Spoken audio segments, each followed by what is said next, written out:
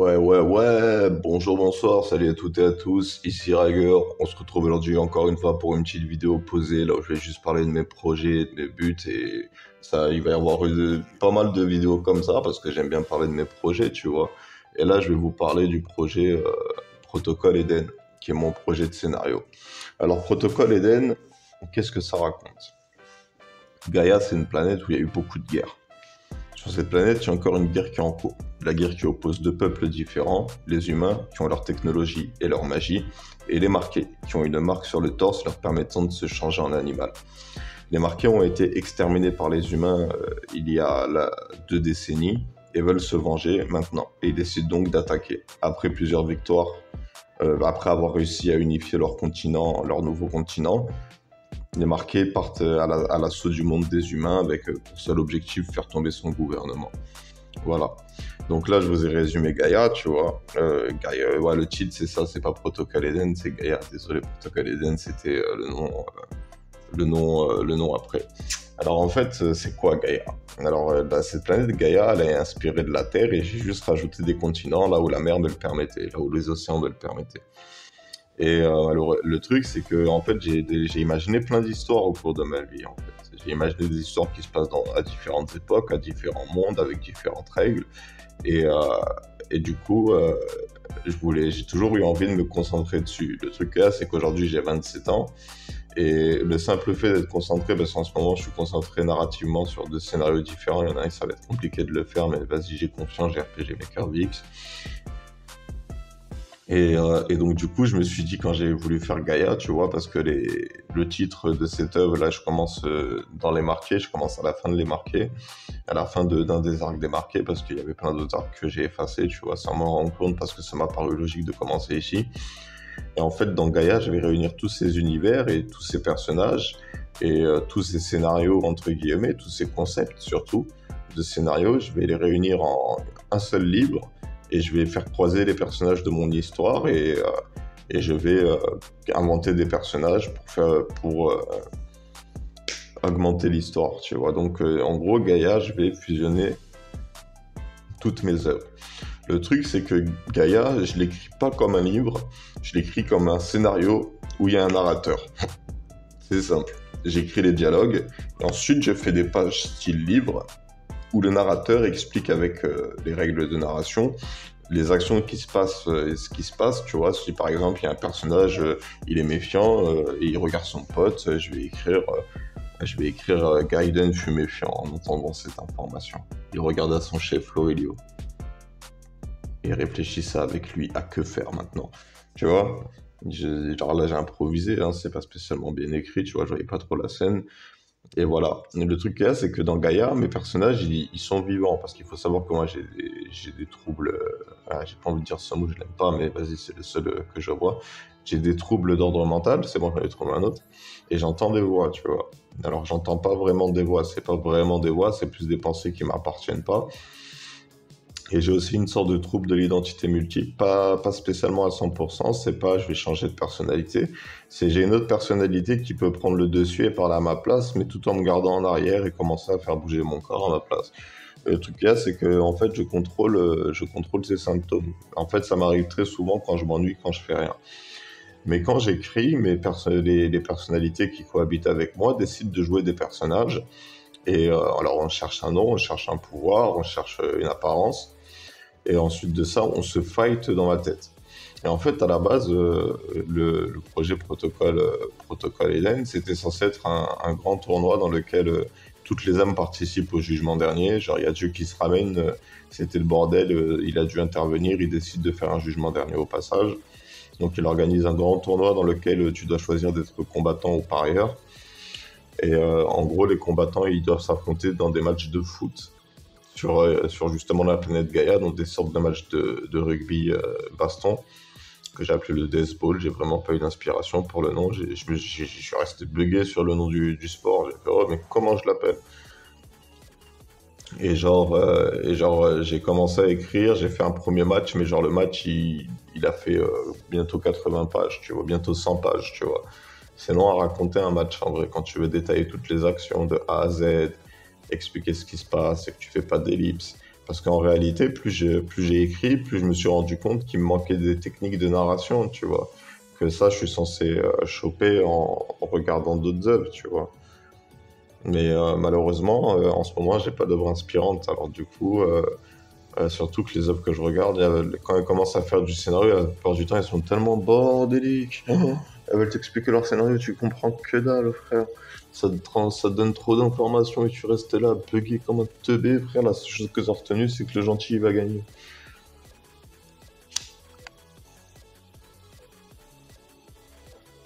Et genre, donc en gros, ouais, dans Gaïa, j'ai décidé que j'allais fusionner tous mes personnages.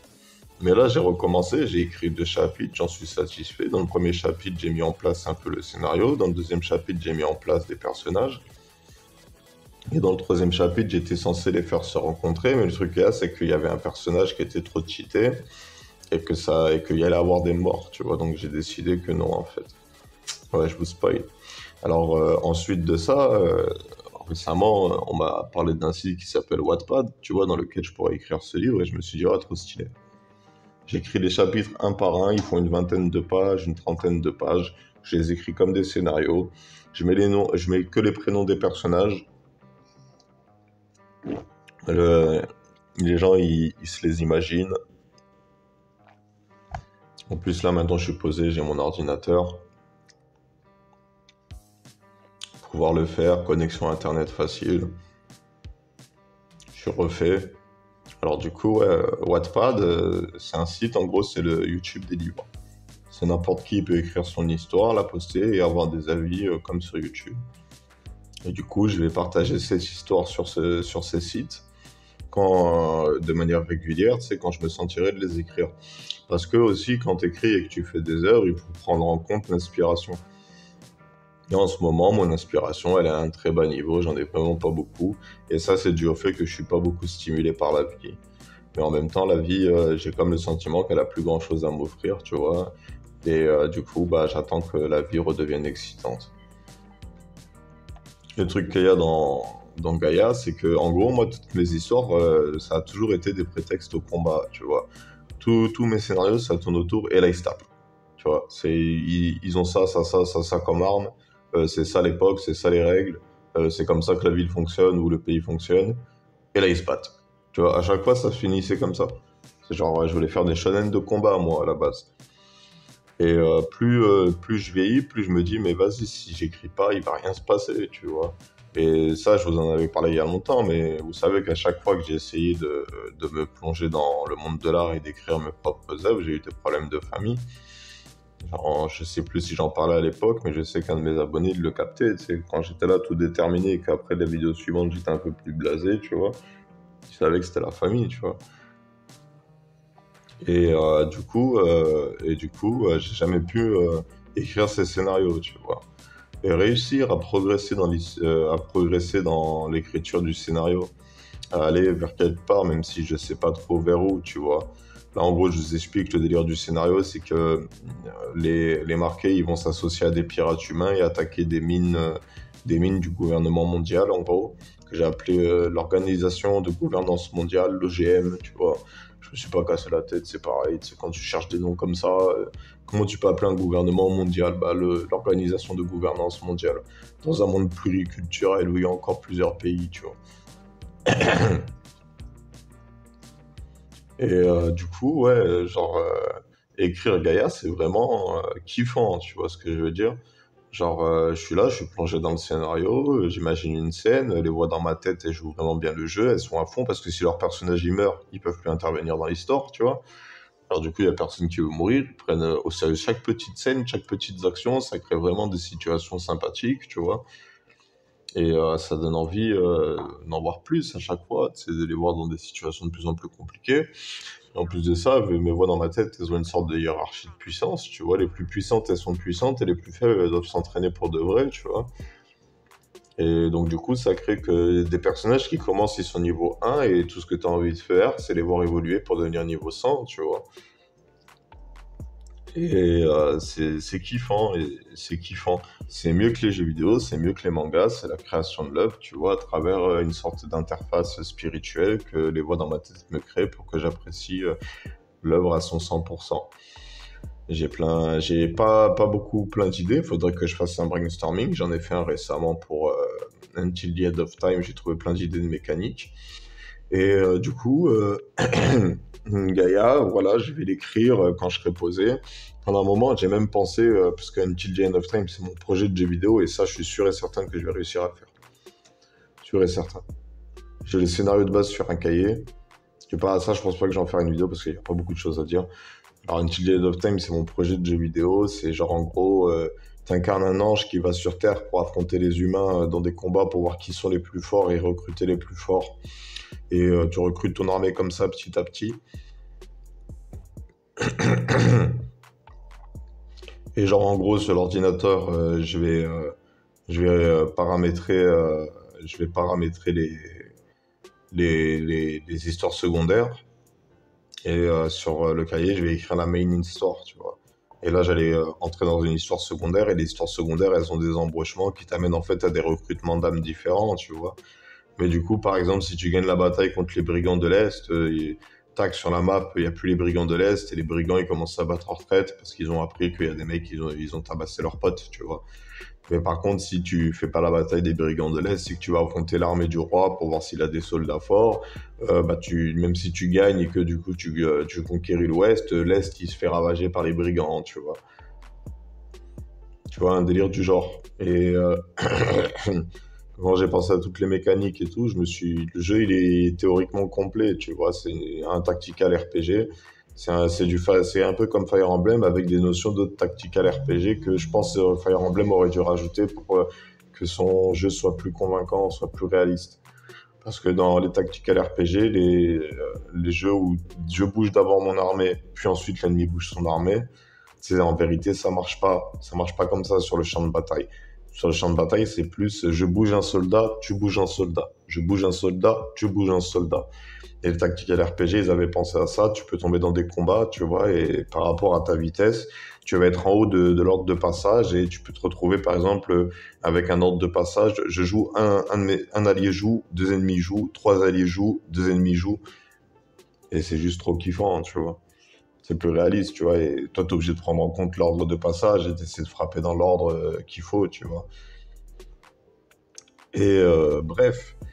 Et donc, du coup, ouais, Gaïa, c'est kiffant. Gaïa, c'est kiffant. En plus de ça, les personnages que j'aime beaucoup écrire, les personnages des Dreamers, qui sont mes personnages principaux, j'aime beaucoup écrire leurs scènes. Genre, c'est des personnages, je me suis attaché à eux. J'arrive à cerner leur personnalité et les voix dans ma tête qui jouent leur rôle, elles ont juste compris l'essence des personnages. Il y en a un, il est toujours sérieux. Il y en a un, c'est le tchatcher dragueur. Il y en a un, c'est un gosse. Il y en a un, il est en mode ouais, vive l'honneur. Il y en a une, c'est une gamine aussi, version fille. Il y en a une, elle est amoureuse d'un personnage, je n'arrive pas à le dire. Et une autre, c'est un peu la maman du groupe et elle est un peu en retrait, tu vois. Et ça crée vraiment des situations et des dialogues dynamiques, tu vois, qui sont très vivants. Et même moi, quand je regarde ce que j'ai écrit et que je lis, le seul problème, c'est que je décris pas les personnages. Mais en même temps, je décris pas les personnages parce que c'est pensé. Moi, en fait, ce que j'aimerais bien dans tout ce que je travaille, tu vois, c'est lorsque je vais arriver avec le mec qui va faire les chara design, tu vois, lui dire, et là, tu fais ce que tu veux.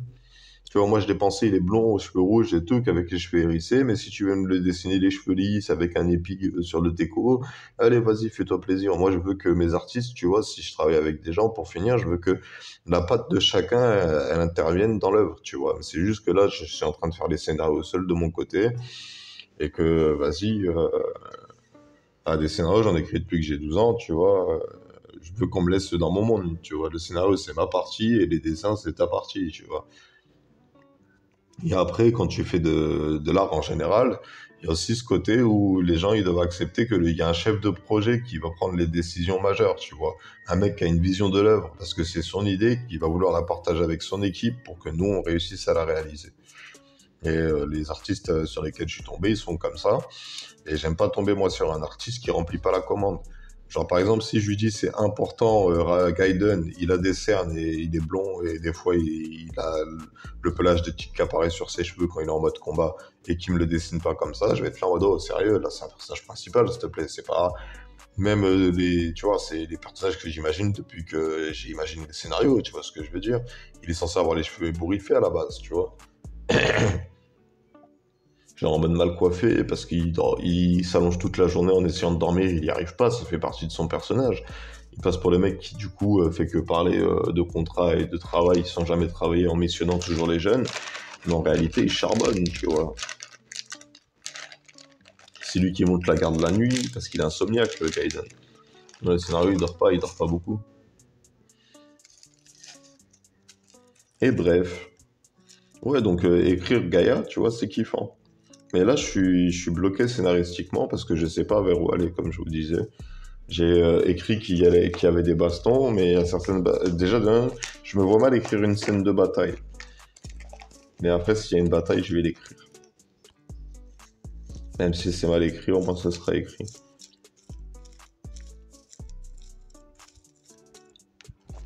Et du coup, ouais, c'est kiffant et c'est le genre d'œuvre que j'aimerais partager avec vous. Et du coup, pour ce faire, il y aura Wipeout. Voilà, j'ai fait le tour de Gaïa. De toute façon, le scénario, il est qu'à son début. C'est un projet embryonnaire. C'est plus dans le ressenti que je voulais vous en parler. C'est kiffant de l'écrire, comme je vous l'ai dit. J'espère que ça donnera naissance à quelque chose et qu'ensemble, on pourra vivre une aventure et que j'aurai droit à avoir un groupe d'abonnés qui me font des théories sur mes personnages comme il y en a sur One Piece. Parce que je vais quand même essayer de créer une œuvre avec un univers logique dans lequel tout est possible et pour des raisons logiques. C'est possible de faire ça parce que les règles de l'univers l'y autorisent. Et voilà, j'ai rien de plus à dire. Je vais vous laisser ici. Je vais vous demander de prendre soin de vous. Et sur ce, c'était Riger. Je vous souhaite une bonne journée, une bonne soirée, un bon après-midi. Et je vous dis à bientôt pour une prochaine vidéo.